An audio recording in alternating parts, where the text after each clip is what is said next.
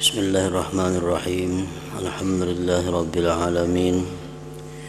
Wa bihi nasta'in ala umurid dunya waddin.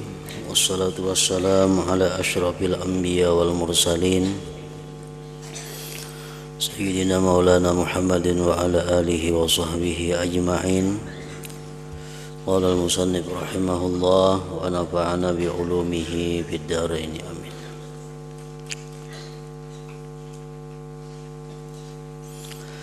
Wahai Mu'adz, sesungguhnya Allah Subhanahu wa ta'ala telah menjadikan 7 orang malaikat sebelum ia menciptakan langit dan bumi.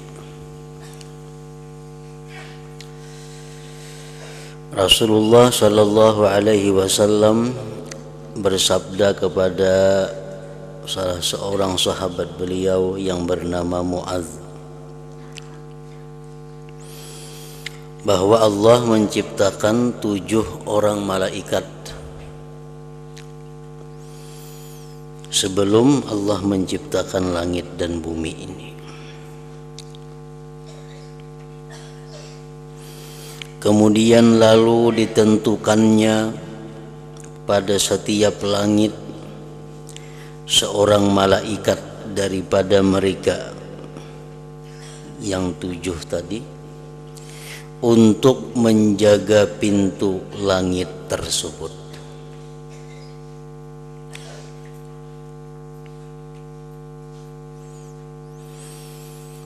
Lalu naiklah malaikat hafazah membawa amal seseorang hamba yang dilakukannya mulai daripada pagi sampai ke petang.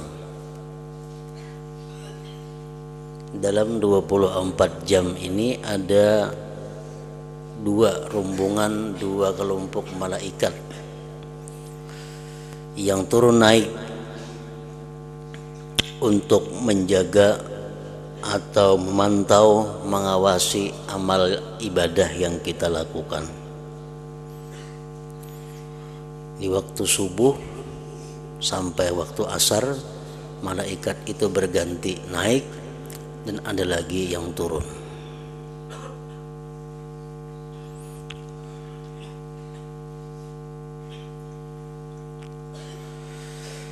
Nah, malaikat itu naik membawa amal kita yang dilakukannya mulai daripada pagi subuh sampai ke petang asar. Waktu asar itu naik malaikat yang dikirim Allah mulai subuh ini, asar kayaknya naik ke atas.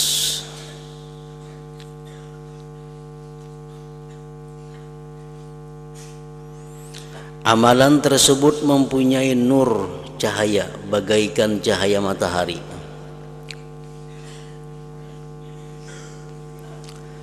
Sehingga apabila malaikat hafazah yang membawa amal hamba itu sampai ke langit yang pertama, mereka menganggap bahwa amalan itu baik dan sangat banyak.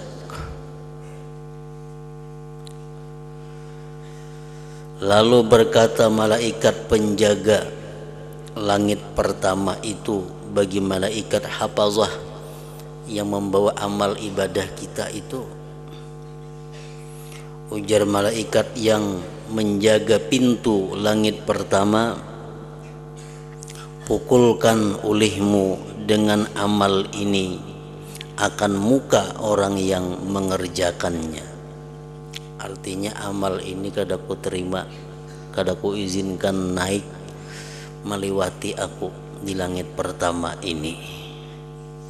Bulikahkan amal ibadahnya, pukulahkan ke wajah orangnya.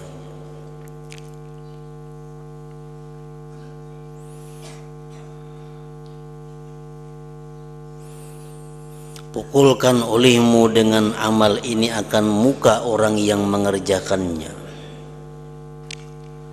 Akulah malaikat penjaga ghibah, mengumpat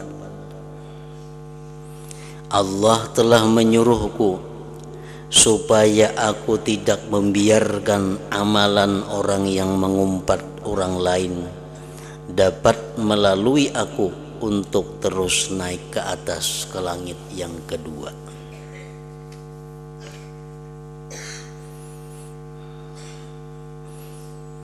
Nah, jadi apabila mulai subuh ini sampai di waktu asar kita ada menggibah orang lain,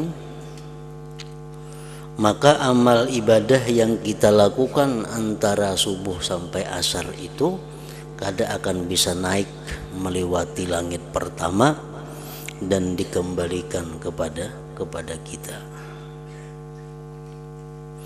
Karena Allah Subhanahu wa taala jangankan menerima amal ibadah orang yang melakukan ghibah itu, lewat langit pertama aja sudah dilarang, apalagi sampai ke hadrat Allah Subhanahu wa taala.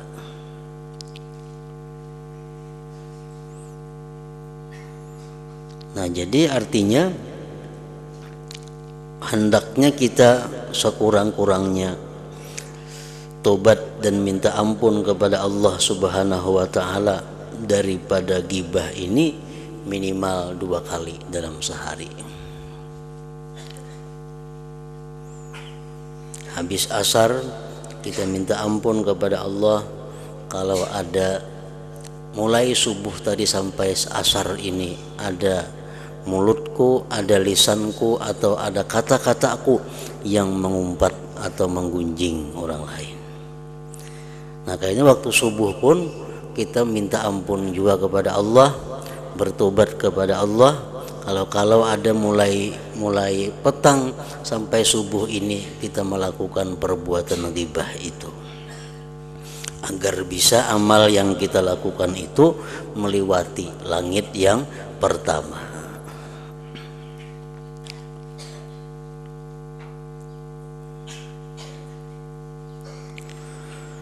Kemudian datang pula malaikat hafazah membawa amalan seseorang hamba. Mereka menganggap bahwa amalan itu sangat baik dan sangat banyak. Malaikat itu berjaya melintasi langit yang pertama.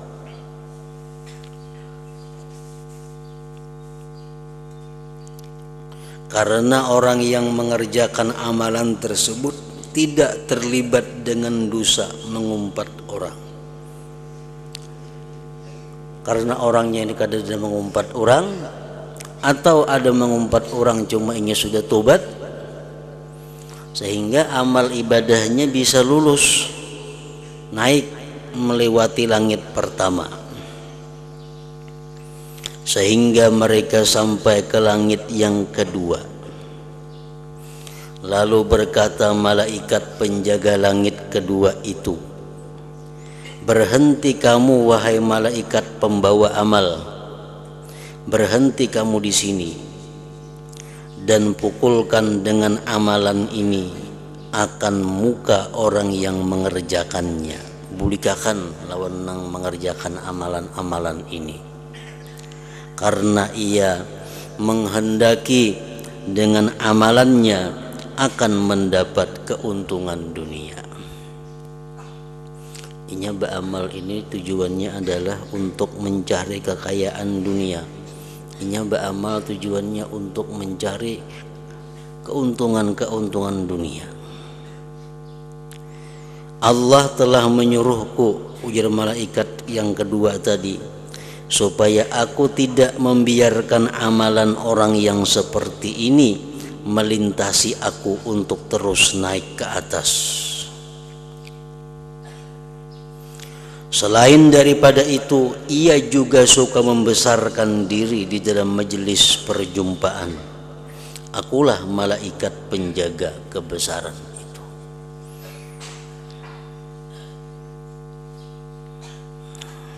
Orang yang beribadah menghendaki keduniaan dengan ibadahnya, dan orang tersebut merasa bahwa dirinya yang paling baik di dalam suatu perkumpulan, maka ibadahnya itu hanya bisa bertahan di langit yang kedua. Setelah itu dikembalikan lagi kepadanya.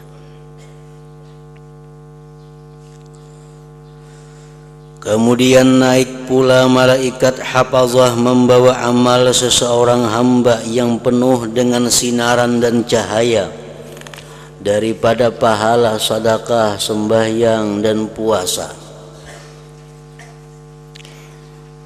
Para malaikat hafazah merasa heran melihat keindahan amalan tersebut. Lalu mereka membawa amalan itu melintasi langit yang pertama dan kedua, lulus. Orangnya kadang menggibah, orangnya beribadah bukan karena dunia, dan inya kadang membesarkan dirinya di tempat-tempat perjumpaan, perkumpulan, sehingga sampai ke pintu langit yang ketiga. Maka berkata malaikat penjaga langit ketiga itu, berhenti kamu di sini dan pukulkan dengan amalan ini akan muka orang yang mengerjakannya. Akulah malaikat takabbur.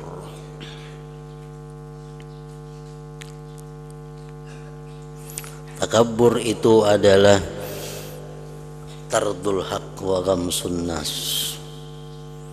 Takabbur itu artinya adalah menolak kebenaran dan menghinakan manusia. Itu takabbur. Merupakan buah daripada kibir. Kibir itu masih berupa maksiat hati. Apabila sudah ke anggota badan yang zahir, ngarannya takabbur. Menolak yang benar, dinasihati menolak, dan menganggap orang lain itu hina. Akulah malaikat takabbur. Allah menyuruhku supaya aku tidak membiarkan amalan orang yang takabbur melintasiku.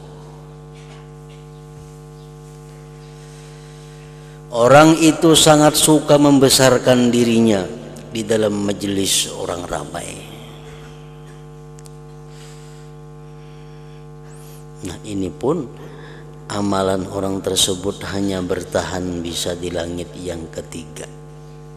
Ditolak, dikembalikan kepada yang melakukannya.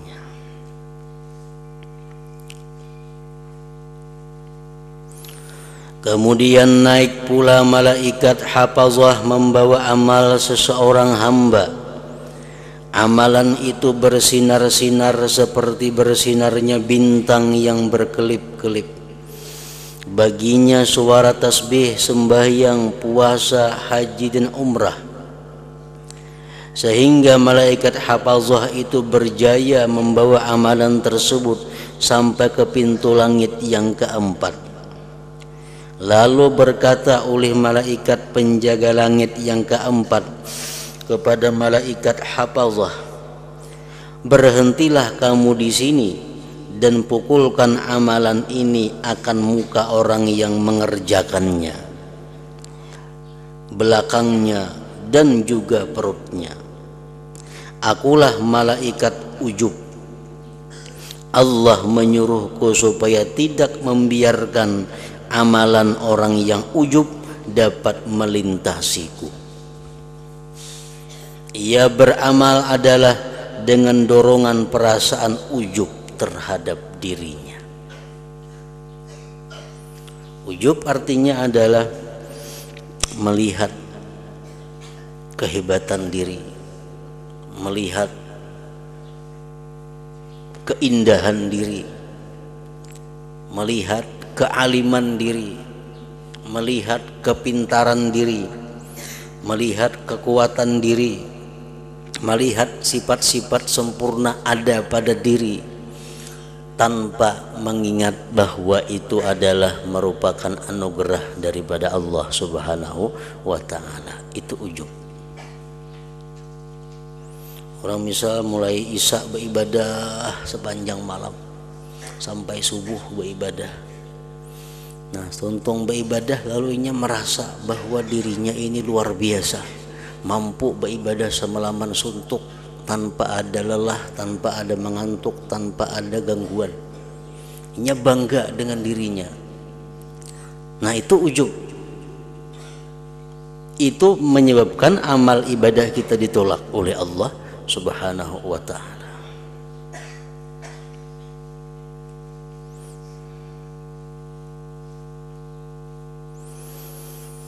Sampai langit yang keempat, ujub menyebabkan ibadah kita ditolak Allah.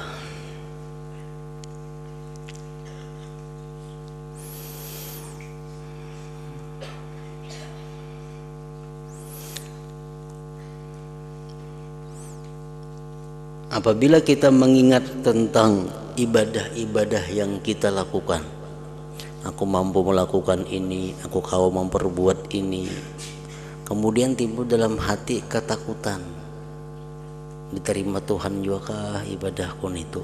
Nah, itu sudah hilang ujubnya. Itu sudah menghilangkan sifat ujub. Kita ingat bahwa kita bisa melakukan ini, bisa melakukan puasa, bisa melakukan bangun semalamanan, bisa melakukan baca Quran sehatan sehari umpamanya. Kita ingat bahwa kita pernah melakukan kebaikan-kebaikan, lalu kita sadar mudahan diterima Allah semua itu. Nah, itu menghilangkan ujub. Mudahan diterima Allah. Di ujung-ujungnya ada permohonan kepada Allah, mudahan itu diterima. Nah, itu menghilangkan ujub. Ujub itu adalah sesuatu yang lupa kepada Allah, semata-mata melihat kehebatan, kesempurnaan atau kekuatan kita. Kemudian naik pula malaikat hafazah membawa amal seseorang hamba, sehingga mereka berjaya membawanya sampai ke pintu langit yang kelima, seolah-olah amalan itu pengantin yang dihantar, disambut ke rumah suaminya. Maksudnya amalannya itu berseri-seri.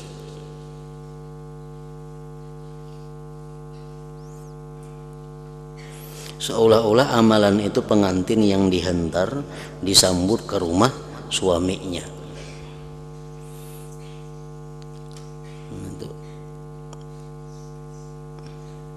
Orang-orang dahulu, terutama di negeri Arab situ, perbedaan adat lawan kita.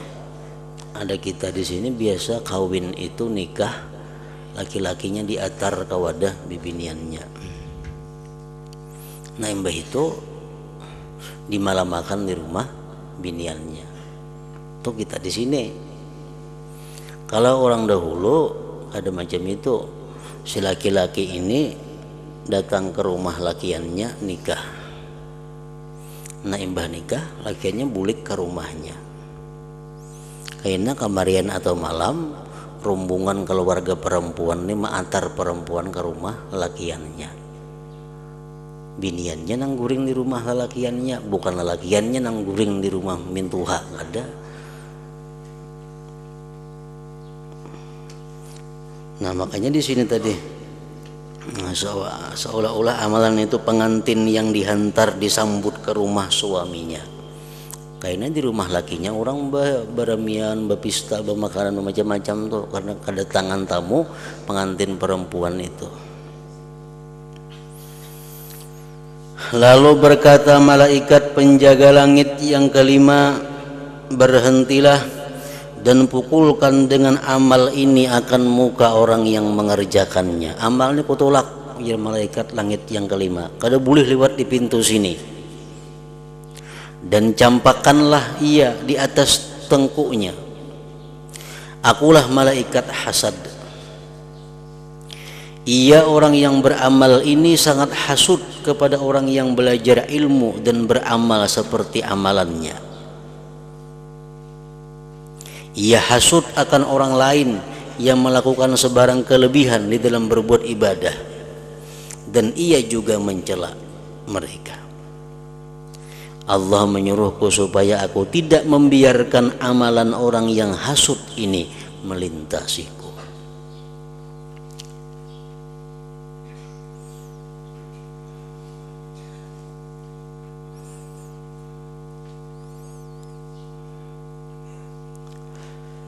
Jadi orang yang dengki, amal ibadahnya hanya sampai di langit yang kelima tadi. Kada bisa masuk ke atas, naik menuju langit yang keenam, ditolak, dikembalikan. Kemudian naik pula malaikat hafazah membawa amalan seseorang hamba. Baginya cahaya seperti cahaya bulan purnama daripada sembahyang ada di situ amalannya, zakatnya ada, hajinya ada, umrahnya, jihad dan puasa. Malaikat hafazah berjaya membawa amalannya sehingga sampai ke langit yang keenam. Lalu berkata malaikat penjaga langit tersebut, berhentilah kamu dan pukulkan amal ini akan muka orang yang mengerjakannya, karena ia tidak balas kasihan kepada hamba-hamba Allah yang terkena bala dan kesusahan. Bahkan ia merasa gembira dengan demikian. Akulah malaikat rahmah. Allah menyuruhku supaya aku tidak membiarkan amalan orang yang seperti ini dapat melintasiku. Orang nang beribadah ini orangnya kada punya sifat sayang kepada kaum muslimin dan muslimat.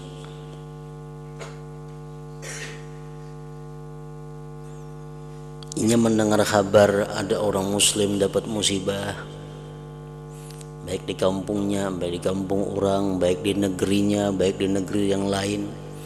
Ada mendengar kaum muslimin dapat musibah, kada apa-apa dalam hatinya, kada ada simpati, kada ada kasihan, kada ada, apalagi mendoakan, apalagi membantu lawan yang lainnya, kada ada. Jero ada gempa bumi di daerah orang Islam sana, banyak orang Islam matian. Oh kayak itu aja biasa ya, kada ada apa-apa. Kada ada prihatin, kada ada apa-apa, kada ada rasa kasih sayang kepada sama hamba Allah. Nah orang tersebut amal ibadahnya kada bisa naik sampai ke hadirat Allah. Apalagi suka ada orang Islam dapat bala, apalagi gembira ada orang Islam dapat musibah. Nah makinnya lagi itu. Kemudian naik pula malaikat hafazah membawa amalan seseorang hamba. Amalan itu ialah sembahyang, puasa, nafkah, jihad dan wara. Baginya bunyi, maksudnya bunyi zikir seperti bunyi lebah, dan baginya cahaya seperti cahaya matahari. Dan naik bersama dengan amalan itu 3.000 orang malaikat mengantar amalan itu. Mereka telah berjaya membawanya sehingga sampai ke pintu langit yang ke-7. Maka berkata malaikat penjaga pintu langit tersebut, berhentilah kamu dan pukulkan dengan amal ini akan muka orang yang mengerjakannya.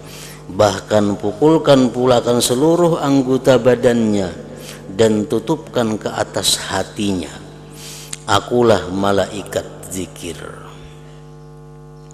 Zikir di sini bermakna mencari sebutan, yaitu seorang yang beramal dengan tujuan supaya disebut-sebut oleh orang lain. Aku akan menghalang amalan orang yang ria dari sampai kepada Tuhanku. Ia beramal bukan karena mencari keridhaan Allah, tetapi hanya bertujuan supaya mendapat tempat yang tinggi di hati para fuqaha, dan supaya disebut di kalangan para ulama, dan supaya masyhur namanya di merata tempat. Allah menyuruhku supaya tidak membiarkan amalan orang yang riya ini melintasi aku, karena setiap amalan yang tidak ikhlas adalah riya, dan Allah tidak akan menerima amalan orang yang riya. Sudah sampai ke langit yang ketujuh, sudah tabulik amalannya.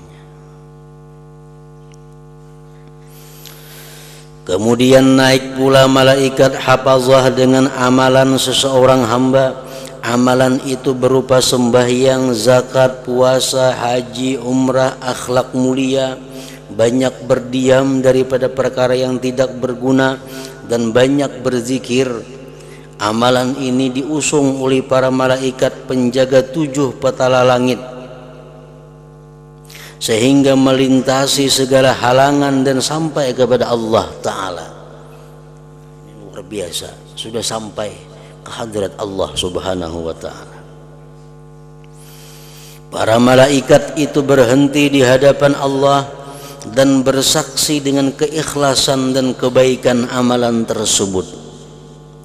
Lalu Allah berfirman kepada para malaikatnya, kamu adalah yang bertugas menjaga amalan hambaku ini, dan sebenarnya aku lebih mengetahui dengan segala isi hatinya.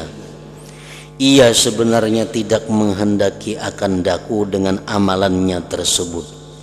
Ia hanya menghendaki sesuatu yang lain daripadaku. Oleh itu maka aku turunkan ke atasnya akan laknatku. Lalu para malaikat tadi berkata, ke atasnya laknatmu dan juga laknat kami. Lalu melaknat akan dia oleh 7 petala langit dan seisinya.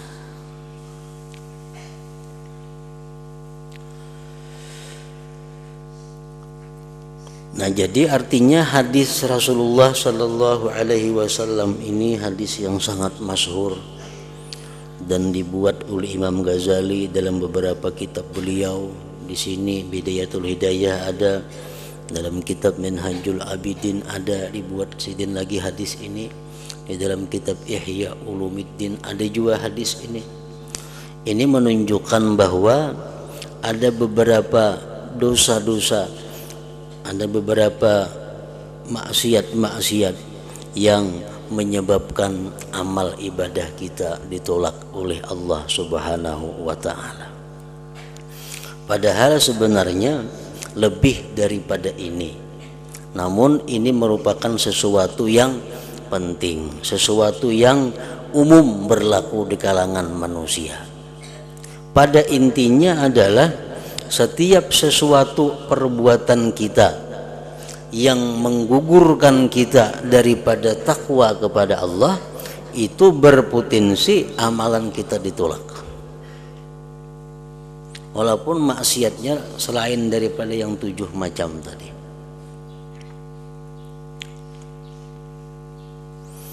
Karena ada hadis-hadis lain yang mengatakan barang siapa yang memakan sesuatu yang diharamkan Allah maka ibadahnya tertolak.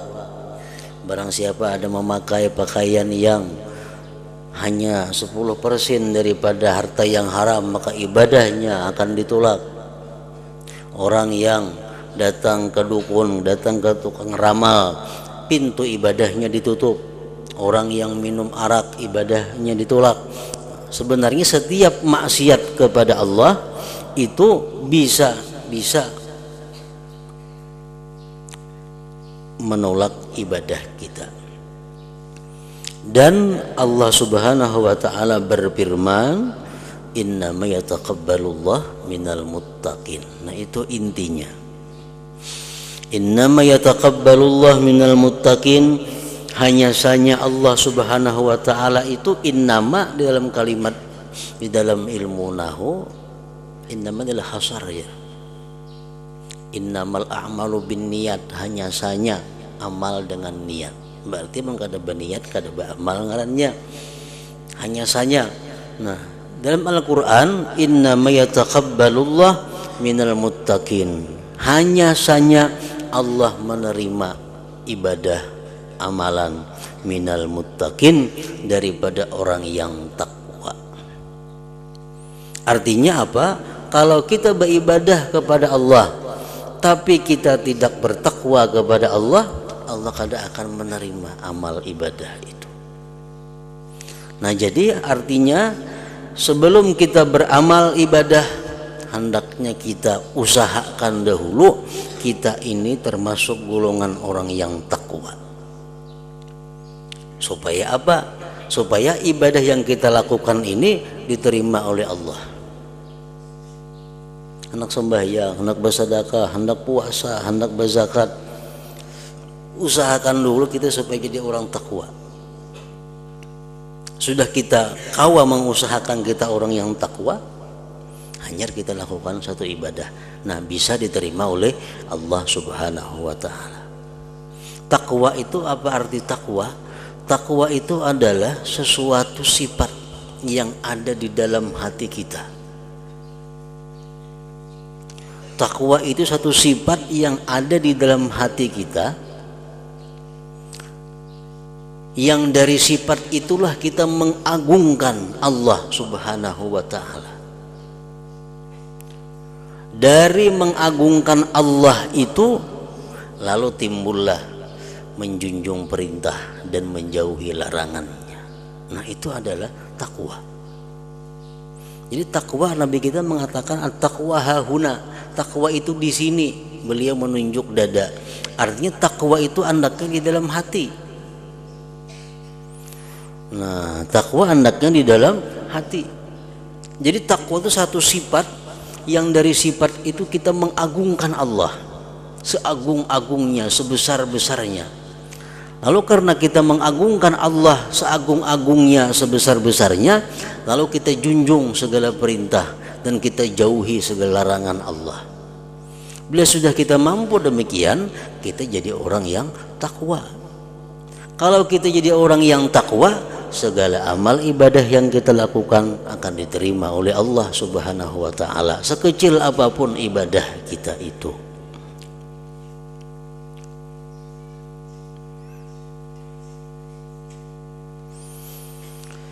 Sembahyang contohnya. Sembahyang itu adalah merupakan simbol ibadah yang tertinggi dalam agama kita sesudah 2 kalimat syahadat. Sembahyang, tiang agama. Dalam sembahyang kita diajarkan bahwa mesti dalam keadaan suci. Yaitu dengan berwudu. Apakah suci daripada najis yang dimaksud? Bukan hanya suci daripada najis, tetapi suci daripada najis baik yang zahir, suci daripada najis yang zahir bisa dikubur, disiram lawan banyu. Suci daripada najis yang batin itu bisa dilakukan dengan wudu. Nah, wudu itu sebenarnya adalah pensucian najis yang batin. Di situ kita disuruh membasuh 2 telapak tangan dengan harapan bahwa dosa-dosa yang dilakukan oleh tangan ini dihapuskan oleh Allah. Kita disuruh baku kumur, dengan baku kumur itu kita harapkan dosa-dosa di mulut kita, menggibah, berdusta, memfitnah, mengada-ada, dihapuskan, digugurkan oleh Allah. Masukkan banyu ke dalam hidung agar dosa-dosa yang lewat hidung dihapuskan, diampuni oleh Allah. Kita membasuh seluruh muka kita dengan harapan bahwa seluruh dosa yang ada di muka kita, mata dan sebagainya dihapuskan oleh Allah. Kita membasuh tangan, menyapu kepala, telinga, batis, sebagainya. Harapan apa? Agar dosa-dosa yang dilakukan itu bisa terhapuskan. Dan doa wudu pun demikian. Asyhadu an la ilaha illallah wa asyhadu anna Muhammadar Rasulullah. Sudah berwudu, kita disuruh mengucap 2 kalimat syahadat untuk memastikan bahwa kita adalah orang yang Islam. Kalau doa wudu apalagi, Allahumma ja'alni minat tawwabin wa ja'alni minal mutatahhirin. Ya Allah, jadikanlah aku orang yang engkau terima tobatnya, dan jadikanlah aku orang yang suci daripada segala najis, kotoran zahir dan batin. Nah, berwudu. Selesai kita berwudu, hanya sembahyang. Jadi kita sembahyang dalam keadaan sudah suci zahir dan batin, dalam keadaan takwa. Sembahyang diterima Allah sembahyangnya. Makanya disunatkan kita berwudu setiap kali hendak sembahyang walaupun kada batal wudu. Sunat tajdidul wudu, memperbaharui wudu walaupun kada batal. Kenapa? Karena fungsi wudu itu bukan hanya batal kada batal, tetapi fungsi wudu itu intinya adalah mensucikan diri kita daripada dosa-dosa yang kita lakukan. Nah, jadi saya sudah wudu, disunatakan apa? Sembahyang kita, supaya jangan lawas antara wudu lawan sembahyang. Walaupun jauh lagi sembahyang zuhur, wudu, sunat wudu, supaya sunat wudu ini kita laksanakan dalam keadaan suci daripada perbuatan dosa. Nah, 2 rakaat itu pun sunat wudu 2 rakaat, kalau kita laksanakan diterima oleh Allah, itu sangat besar artinya, sangat ganal nilainya, walaupun hanya 2 rakaat. Walaupun sebuting zikir la ilaha illallah diterima oleh Allah, itu saking besar artinya, lebih besar daripada dunia dan isinya ini nilainya.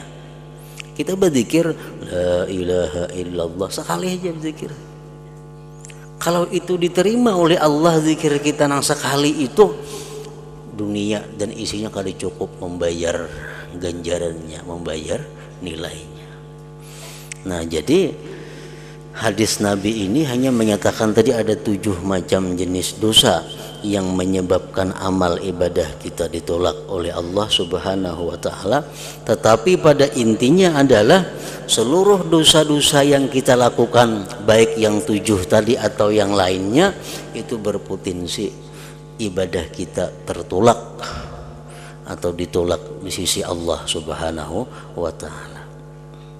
Kita jadikan diri kita orang yang suci, kita jadikan diri kita orang yang bersih, orang yang takwa kepada Allah. Nah, hanya melakukan satu ibadah, maka ibadah kita akan diterima. Innama yataqabbalullah minal muttaqin. Nah, situ mendengar sabdanya Rasulullah sallallahu alaihi wasallam ini, lalu Muadz menangis seraya berkata,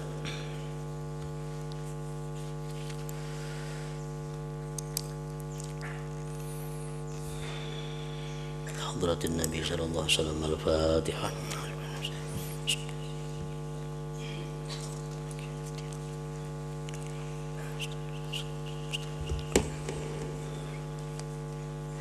Bismillahirrahmanirrahim. Alhamdulillah rabbil alamin. Allahumma shalli wa sallim wa barik ala sayyidina maulana Muhammad wa ala alihi wa sahbihi ajma'in. Allahumma ighfir lana ma akhta'na wa ma ta'ammadna wa ma asrafna wa ma a'lanna wa ma asrafna wa ma anta a'lam bihi minna.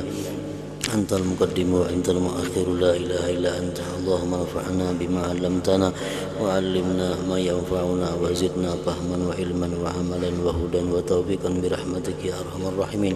Sallallahu alaihi wasallam Muhammad wa alihi wa sahbihi wa sallam.